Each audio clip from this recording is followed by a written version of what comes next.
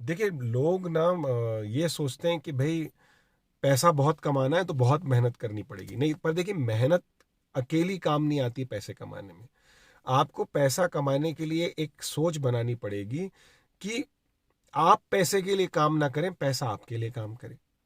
अब इसके लिए क्या करना होगा आपको? जब आपकी इनकम होगी तो इनकम होने के बाद आपको एक बात ध्यान रखनी पड़ेगी, जो दो बहुत महत्वपूर्ण वर्ड हैं। अगर आप अकाउंट के सेक्शन में या फाइनेंस के सेक्शन में देखें, एक होता है असेट, एक होता है लायबिलिटी। असेट वो चीज है जिससे आपको इनकम हो। लायबिलिटी वो चीज है जो आपके खर्चे हैं, जो आपको देने हैं। तो जब आप अपनी अर्निंग करते हैं और आप लायबिलिटी के लिए ज्यादा इन्वेस्ट करते हैं, जैसे सपोज मान लीजिए एसी खरीद ली, कार खरीद ली, अब आपको खर्चे देने हैं, है ना। आपने आपने महंगा नेट कनेक्शन लगवा लिया, ये करवा लिया, इससे आपको इनकम तो नहीं हो रही है, आपकी लायबिलिटी उल्टा बढ़ते जा रही है, आपके खर्चे बढ़ते जा रहे हैं। आप बहुत बड़े घर में रहने लगे, आपने और बड़े एक्सपेंडिचर अपने लिए कर लिए।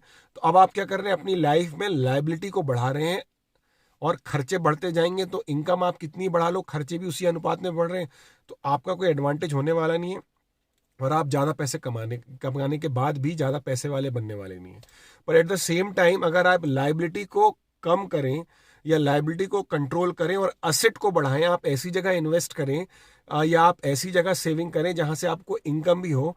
जैसे इंडिया में एक बहुत ट्रेडिशनल ट्रेंड है, लोग एफडीज में जाते हैं सेविंग करने के लिए, रिकरिंग डिपॉजिट में जो मंथली डिपॉजिट होते हैं उसमें जाते हैं। पर ये एक लिमिटेड ऑप्शन है अर्निंग का। अब मान लीजिए, पर फिर भी ये एसेट है आपके लिए, क्योंकि ये पैसे से पैसा बना रही है।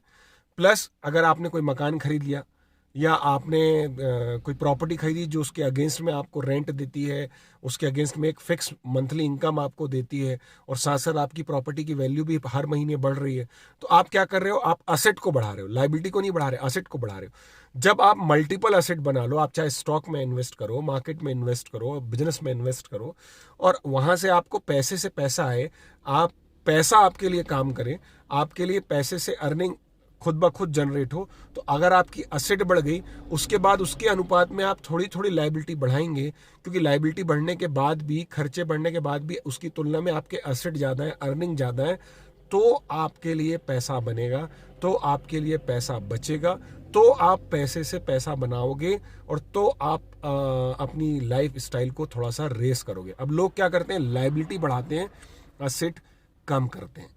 असेट उतनी की उतनी रहती है। तो जिस आदमी की लायबिलिटी कम होगी और असेट ज़्यादा होगी, असेट बढ़ते जाएगी, इंक्रीज होते जाएगी, वो आदमी बहुत तेजी से पैसे वाला बनेगा, भले ही उसकी इनकम कुछ भी हो, भले ही वो किसी भी बिजनेस में हो। अमीर लोग लग्जरी लाइफ जीते हैं, पर उनके पास मल्टीपल असेट है अर्निंग के लिए, उनको उस लायबिलिटी को पूरा करने के लिए नया कमाना नहीं पड़ता, उनका असेट उनको कमा के देता है, तो उनकी जितनी भी लायबिलिटी है लग्जरियस लाइफ की, वो ऑटोमेटिकली पे हो जाती है। उनको नहीं सोचना पड़ता उनका एसी का बिल कैसे पे होगा, उनको नहीं सोचना पड़ता एक महंगी लग्जरी कार मेंटेन करने के लिए जो खर्चा वो क्या हो, क्यों? क्योंकि उनकी लायबिलिटीज जो हैं उसके मुकाबले में उनके पास मल्टीपल असेट है अर्निंग के लिए, जो उनकी लायबिलिटी का खर्चा पूरा पूरा करती है। तो अगर आप पैसा बचाना चाहते हैं, पैसा बनाना चाहते हैं, तो आपको असेट पे काम करना होगा एज कंपेयर टू लायबिलिटीज पे काम करने की बजाय।